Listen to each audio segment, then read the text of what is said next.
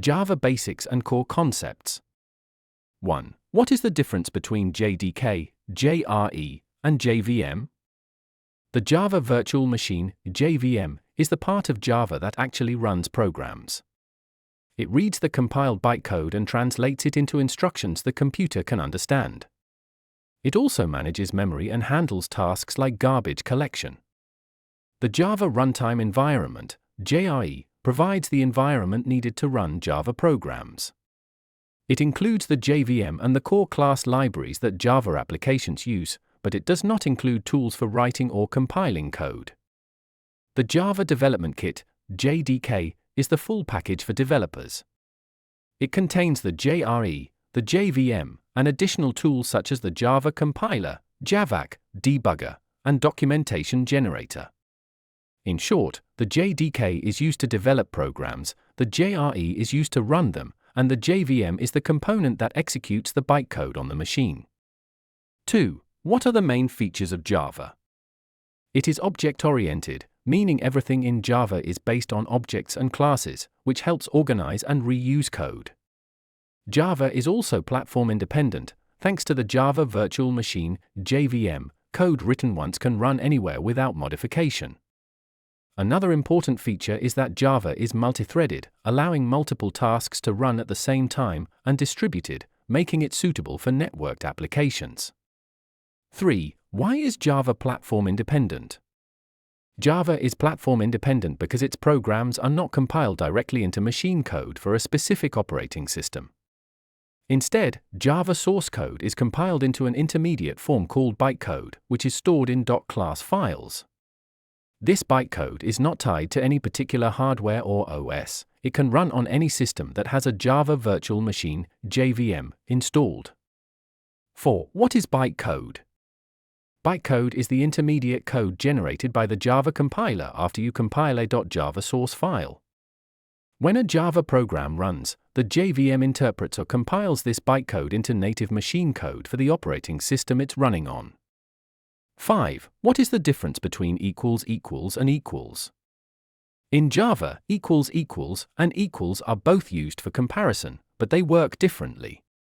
The equals operator compares references when used with objects. It checks whether two variables point to the same memory location.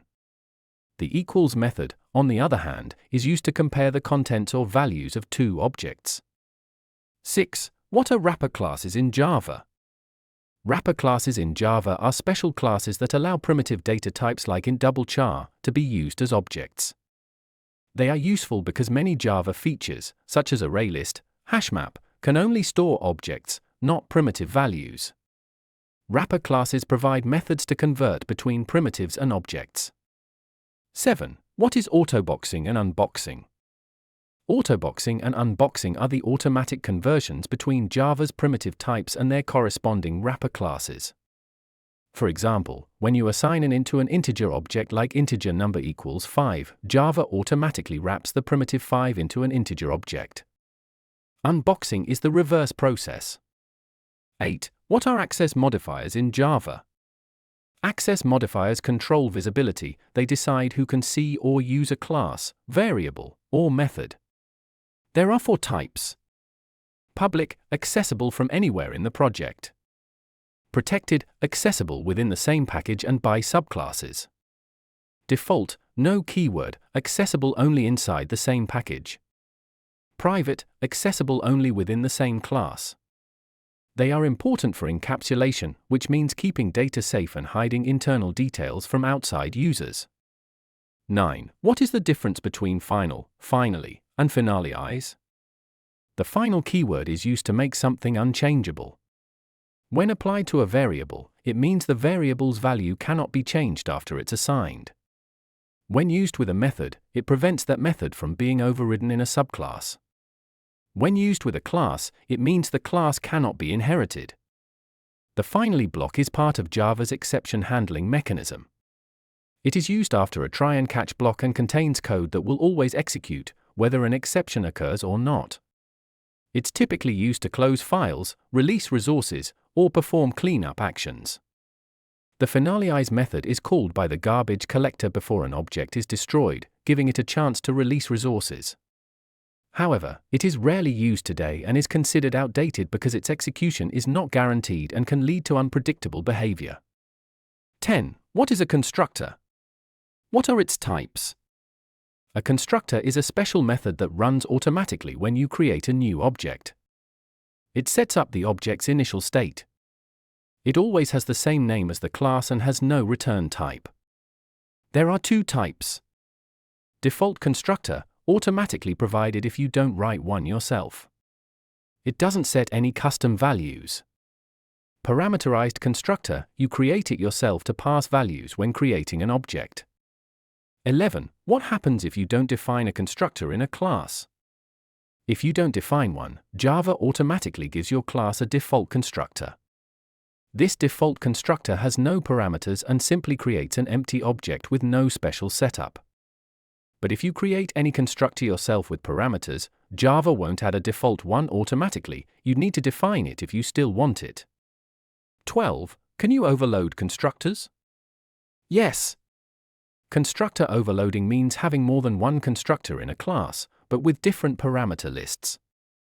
This allows you to create objects in different ways. For example, one constructor might set all fields, while another uses default values. 13. What is the difference between method overloading and overriding? Method overloading and method overriding both allow methods with the same name to behave differently, but they serve different purposes and occur in different contexts. Method overloading happens within the same class when two or more methods have the same name but different parameters. This is an example of compile-time polymorphism. Method overriding, on the other hand, occurs between a superclass and a subclass when a subclass provides a new implementation for a method already defined in the parent class. Overriding is an example of runtime polymorphism. 14. What is the this keyword used for? The this keyword in Java is a reference to the current object, the instance of the class where the code is being executed. It's mainly used to distinguish between instance variables and parameters when they have the same name. 15. What is the difference between static and instance variables and methods? Instance variables and methods belong to individual objects created from a class. Each object has its own copy of instance variables, meaning their values can differ from one object to another. To access them, you must create an instance of the class. Static variables and methods, on the other hand, belong to the class itself rather than any particular object. There is only one copy of a static variable shared among all objects of that class. Static methods can be called without creating an object, using the class name directly. 16. What are the four pillars of OOP? Encapsulation, inheritance, polymorphism, and abstraction. 17. Explain encapsulation with an example. Encapsulation means keeping the internal details of an object hidden and allowing access only through controlled methods. For example, imagine a bank account class that stores a customer's balance. The balance cannot be accessed or changed directly from outside the class. Instead, there are methods like deposit and withdraw that safely update it. This prevents other parts of the program from setting the balance to an invalid value. In this way, encapsulation protects data. 18. Explain inheritance and its types in Java. Inheritance in Java is a mechanism that allows one class to acquire the properties and behaviors, fields and methods of another class. It promotes code reusability, reduces redundancy. The class that inherits is called the subclass or a child class, and the class being inherited from is the superclass or a parent class. Inheritance means one class can use or extend the features of another class. This avoids repeating code. For example, if you have a vehicle class, you can create subclasses like car or bike that inherit its methods and variables. 19. What is polymorphism? Polymorphism in Java means many forms. It allows a single method, object, or interface to behave differently based on the context in which it is used. In simple terms, polymorphism lets one piece of code work in different ways depending on the object it is acting on. There are two main types of polymorphism in Java. Compile-time polymorphism, also known as method overloading, happens when multiple methods have the same name but different parameters within the same class. The method that gets called is determined at compile time. Runtime polymorphism, or method overriding, occurs when a subclass provides its own version of a method defined in the parent class. In this case, the method that executes is decided at runtime based on the actual object being referenced. 20. What is method overriding?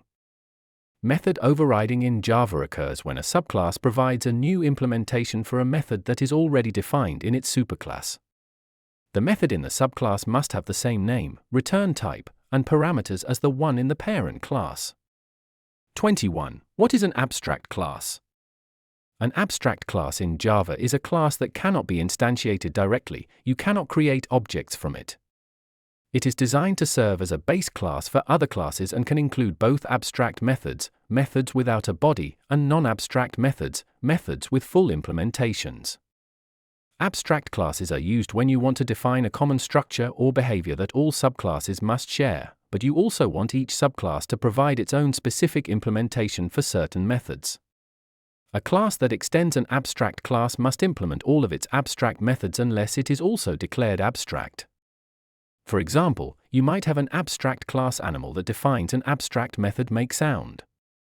Subclasses such as dog or cat would then provide their own implementation of that method. In essence, abstract classes act as blueprints for other classes. 22. What is an interface, and how is it different from an abstract class? An interface in Java is a collection of abstract methods and constants that define a contract or a set of behaviors a class must implement. It specifies what a class should do, but not how it should do it. A class that implements an interface must provide concrete implementations for all its methods unless the class is abstract. The main difference between an interface and an abstract class lies in their purpose and structure. An abstract class can have both abstract and fully implemented methods, along with instance variables and constructors. It is used when classes share common state or behavior. An interface, on the other hand, cannot have instance variables or constructors and focuses purely on defining behavior through method declarations. A class can implement multiple interfaces, but it can inherit from only one abstract class, since Java does not support multiple inheritance. Modern Java, from version 8 onwards, also allows interfaces to contain default and static methods. 23. Can a class implement multiple interfaces? Yes, a class in Java can implement multiple interfaces. This is one of the key advantages of interfaces. They allow a form of multiple inheritance. 24. What is the super keyword used for? The super keyword in Java is used to refer to the parent class, superclass, of the current object. It allows a subclass to access methods, variables, or constructors defined in its superclass. 25. Why are strings immutable in Java? First, immutability ensures security and reliability. Strings are widely used in Java for sensitive operations, such as file paths, usernames, and network connections. If strings were mutable, their values could be changed unexpectedly by other parts of the program, leading to security risks or unpredictable behavior. Second, immutable strings make hashing and caching more efficient. Since a string's value never changes, its hash code is constant, which makes it ideal for use as keys in collections like hashmap or hashset. Third, immutability helps with thread safety. Because string objects cannot be modified, multiple threads can safely share and use the same string without causing data corruption. 26. How is string stored in memory? In Java, strings are stored in memory as objects in the heap, but Java manages them in a special way using something called the string pool. When you create a string, Java checks the string pool, a special area inside the heap memory, to see if that exact string value already exists. If it does, Java reuses the existing object instead of creating a new one. If not, it adds the new string to the pool. This saves memory and improves performance. 27. What is the difference between string, string builder, and string buffer? In Java, string, string builder, and string buffer are all used to work with text. A string is immutable, meaning once it's created, its value cannot be changed. A string builder is mutable, meaning it can change its contents without creating new objects. It's designed for situations where text is modified often, for example, in loops or when building long messages. String Builder is faster than string for such cases but is not thread-safe, meaning it should only be used in single-threaded environments. A string buffer is similar to String Builder, it's also mutable, but it is thread-safe because its methods are synchronized. This makes it slightly slower than String Builder but safer to use in multi-threaded programs where multiple threads might modify the same text. 28. How do you compare two strings correctly? To compare two strings correctly in Java, you should use the .equals method rather than the equals operator. The .equals method compares the contents of two strings, meaning it checks whether they have the same value. The equals operator, on the other hand, compares object references, not content. 29. How do you reverse a string in Java? The simplest way to reverse a string in Java is to use a string builder. You create a string builder from the original string, call its reverse method, and convert it back to a string. 30. How can you find if a string is a palindrome? A palindrome is a word or phrase that reads the same forwards and backwards, such as madam or level. The simplest way is to reverse the string using a string builder and then use the .equals method to compare the reverse string with the original one. If both are equal, the string is a palindrome. 31. How do you split a string into words? You can split a string into words in Java using the split method from the string class. This method divides the string based on a given delimiter, most commonly a space. For example, if you have the sentence Java is fun and call the split method, it will separate the string into individual words, Java, is, and fun. The method returns an array of strings. 32. What does the substring method do? The substring method in Java returns a new string that is a portion of the original string. It extracts characters starting from a specified beginning index and, optionally, ending just before a specified end index. 33. How can you remove white spaces from a string? You can remove white spaces from a string in Java using the replaceAll method with a regular expression. If you only want to remove white spaces at the beginning and end of a string, you can use the trim method instead. 34. What is Java Collections Framework and its main interfaces? The Java Collections Framework is a set of classes and interfaces in the java.util package that provides a standard way to store, manage, and manipulate groups of objects. The main interfaces of the Java Collections Framework define different types of data structures and how they behave. 1. Collection, the root interface of the framework. It represents a group of objects, known as elements. 2. List, an ordered collection that allows duplicate elements. Examples include ArrayList, linked list, and vector. 3. Set, a collection that does not allow duplicates. Common implementations are hashset, linked hashset, and treeset. 4. Queue, used to hold elements before processing, typically in a first-in, first-out order. Examples are linked list and priority queue. 5. Map, represents key-value pairs where each key is unique. Examples include hashmap, treemap, and linked hashmap. 35. What is the difference between list, set, and map? A list is an ordered collection that allows duplicate elements. Each element has an index, meaning you can access elements by their position. Lists are useful when order matters or when you need to store the same value more than once. Common implementations include ArrayList and linked list. A set is an unordered collection that does not allow duplicates. It automatically removes repeated elements and is often used when you need to ensure that all stored items are unique. Implementations include hashset, linked hashset, and treeset. A map stores key-value pairs rather than single elements. Each key must be unique, but different keys can map to the same value. Maps are ideal for fast lookups, such as storing user IDs and their corresponding names. Common implementations include hashmap, treemap, and linked hashmap. 35. What is the difference between ArrayList and linked list? An ArrayList uses a dynamic array to store elements. This makes it very fast for accessing elements by index, like get 3, because it can jump directly to that position. However, adding or removing elements in the middle of an ArrayList is slower because it requires shifting other elements in memory. A linked list, on the other hand, uses a doubly linked list structure, where each element, called a node, stores references to the previous and next nodes.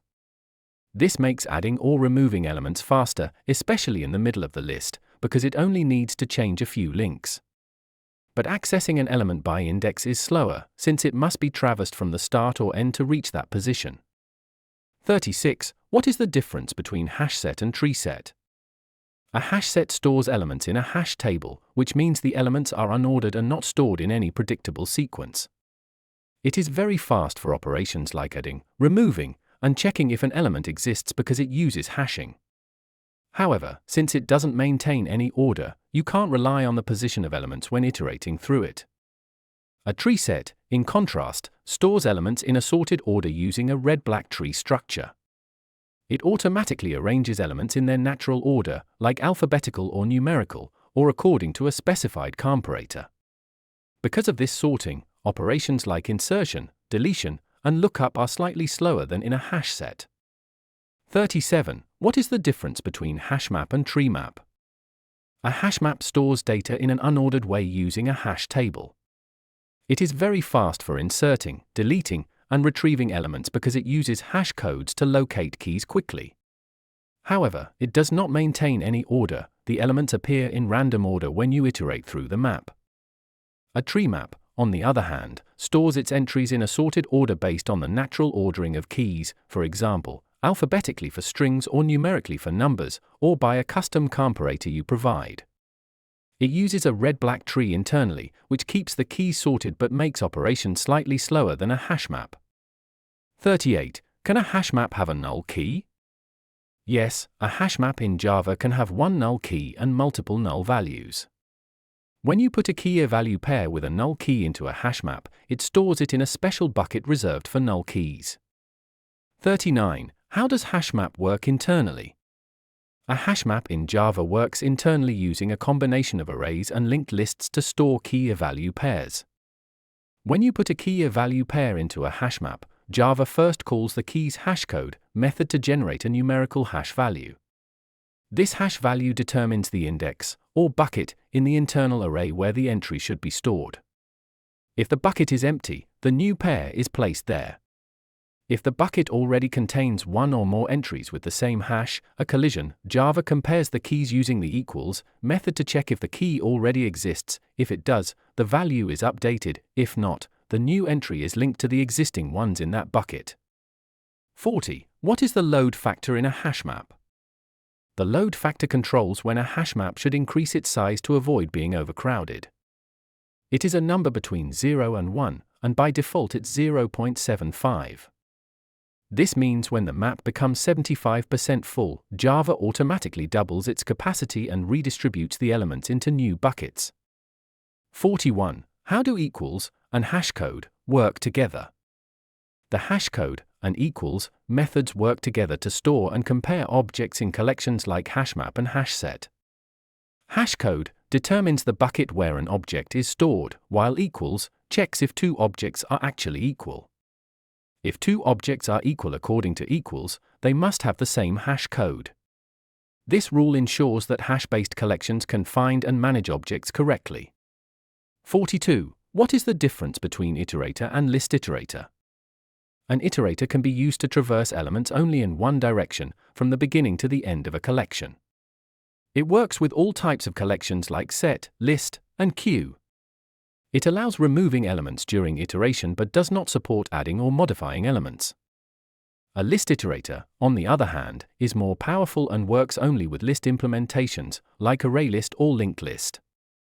It allows traversal in both directions, forward and backward. It also provides extra methods to add, replace, or get the index of elements while iterating. 43. How do you sort a list of objects using comparable and comparator? If a class implements the comparable interface, it defines its natural ordering by overriding the comparator method. This method compares the current object with another of the same type. You can then sort a list of such objects simply by calling collections.sort. If you want to sort objects in different ways without modifying the class itself, you can use the comparator interface. It defines a compare method that takes two objects and determines their order. 44. what is the difference between shallow copy and deep copy? A shallow copy creates a new object but only copies the references to the original object's fields, not the actual objects they refer to. This means both the original and the copied object share the same reference data. Changing the referenced objects through one will also affect the other. For example, copying a list of objects shallowly would mean both lists point to the same elements. A deep copy, in contrast, creates a completely independent copy of the original object and all the objects it references. Changes made to the deep copy do not affect the original because all nested objects are duplicated as well. 45. What is the difference between array and ArrayList? An array has a fixed size, meaning its length is set when it is created and cannot be changed. It can store primitive types as well as objects, but it doesn't offer built-in methods for adding, removing, or searching elements. You have to manage these operations manually using indexes. An ArrayList, on the other hand, is part of the Java Collections framework and is dynamic in size. It grows or shrinks automatically as elements are added or removed. It can only store objects, not primitives, though Java automatically converts primitives to objects using autoboxing. It also provides many convenient methods like add, remove, contains, and size. 46. What is the difference between checked and unchecked exceptions? Checked exceptions are checked at compile time. The compiler forces you to handle them using a try-catch block or by declaring them with the throws keyword in the method signature. Unchecked exceptions, on the other hand, are checked at runtime and do not need to be declared or caught. They usually occur due to programming errors, such as null pointer exception. 47. What is the difference between throw and throws? The throw keyword is used inside a method or block to actually throw an exception. It creates an exception object and passes it to the runtime system, which looks for a matching catch block to handle it. The throws keyword, on the other hand, is used in a method declaration to indicate that the method might throw certain exceptions.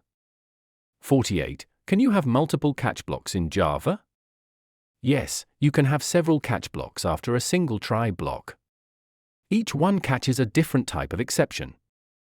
49. What happens if you don't handle an exception? If no method in the call stack catches the exception, it reaches the Java Virtual Machine, JVM. The JVM then terminates the program and prints an exception message. 50. What is the difference between stack and heap memory? The stack memory is used for storing method calls, local variables, and references. The heap memory, on the other hand, is used for storing objects and their instance variables. Data in the heap has a longer lifetime and can be accessed from anywhere in the program through references. It is managed by the garbage collector, which removes objects that are no longer in use to free up space. 51. What is garbage collection in Java? Garbage collection in Java is the automatic process of freeing up memory by removing objects that are no longer in use or referenced by any part of the program. When you create objects in Java, they are stored in the heap memory. Over time, some objects become unreachable, meaning no active reference points to them. The garbage collector automatically detects these unused objects and reclaims their memory, making it available for new objects. The garbage collector runs automatically when the JVM thinks memory is getting low or when it's a good time to clean unused objects. 52. What is a Lambda expression and a functional interface? A Lambda expression in Java is a short block of code that represents a function but doesn't have a name. It allows you to treat code as data, meaning you can pass behavior as an argument to a method. Lambda expressions were introduced in Java 8 to make code more concise and readable, especially when working with collections or streams. A functional interface is an interface that contains exactly one abstract method. It defines a single piece of behavior that a Lambda expression can implement. Examples include runnable and comparator. You can also create your own functional interface by using the functional interface annotation. Java provides several ready-to-use functional interfaces in the java.util.function package. Predicate tests a condition and returns true or false. Function takes one value and returns another. Consumer performs an action but returns nothing. Supplier provides a value but doesn't take input. By function, like function, but takes two inputs. 53. What is the Stream API used for? The Stream API in Java is used to process collections of data, like lists or sets. It was introduced in Java 8 to make working with large datasets easier by allowing you to perform operations such as filtering, mapping, sorting, and reducing. Streams don't store data, instead, they take input from a collection or array, process it through a pipeline of operations, and produce a result. For example, you can easily filter even numbers from a list or sum all elements using simple expressions. 54. What is optional and why is it used? Optional in Java is a special container that may or may not hold a value. Instead of returning null, a method can return an optional to show that the result might be empty. You can then check if a value is present or provide a default value using methods like isPresent or else. 55. What is the difference between map and flat map in streams? Both are used to transform data in a stream. Map applies a function to each element and returns a stream of the results. One input gives one output. Flat map flattens multiple levels of data. It's used when each element produces multiple results, and you want to combine them into a single stream. 56. How do you filter and collect elements using streams? You can use the filter method to choose only elements that meet a certain condition, and then collect to gather the results into a list or set. 57. How do you convert a list to a map using streams? You can use the collect method with a collectors to map collector. You define how to get the key and value for each list item, and the stream builds the map automatically. 58. What is the process and a thread, and what are the differences between them? A process is an independent program running in its own memory space with separate resources. Each process operates in isolation, meaning data from one process isn't directly accessible to another. Starting a new process is relatively heavy and requires more system resources. A thread, on the other hand, is a smaller unit of execution within a process. All threads in the same process share the same memory and resources, which makes communication between them faster. Threads are lightweight and allow tasks to run in parallel, improving performance and responsiveness. For example, one thread handling user input while another performs calculations. 59. How do you create a thread in Java? You can create a thread by either extending the thread class and overriding its run method, or implementing the runnable interface and passing it to a thread object. When you call start, the JVM begins running that code in a separate thread. 60. What is synchronization and what is the difference between a synchronized block and a synchronized method? Synchronization in Java is used to make sure that only one thread can access shared data or code at a time, preventing problems when multiple threads try to change the same data. A synchronized method locks the entire method so only one thread can run it at once. A synchronized block locks only a specific part of the code inside a method, making it more efficient because the rest of the method can still run freely. 60. What is a deadlock? A deadlock in Java happens when two or more threads are stuck waiting for each other's resources, and none of them can continue. 61. How do you read a file line by line in Java? You can read a text file line by line using classes like BufferedReader or Scanner. They allow you to read one line at a time instead of the whole file, which saves memory and is faster for large files. 62. How do you write text to a file? You can use classes like FileWriter, BufferedWriter, or PrintWriter. 63. What is the difference between FileReader and BufferedReader? A file reader reads data one character at a time directly from a file. It's simple but can be slow for large files because it makes many small read operations. A buffered reader, on the other hand, wraps around a file reader or another reader and reads data in larger chunks into a buffer. This makes it much faster and more efficient, especially when reading text line by line using the readLine method.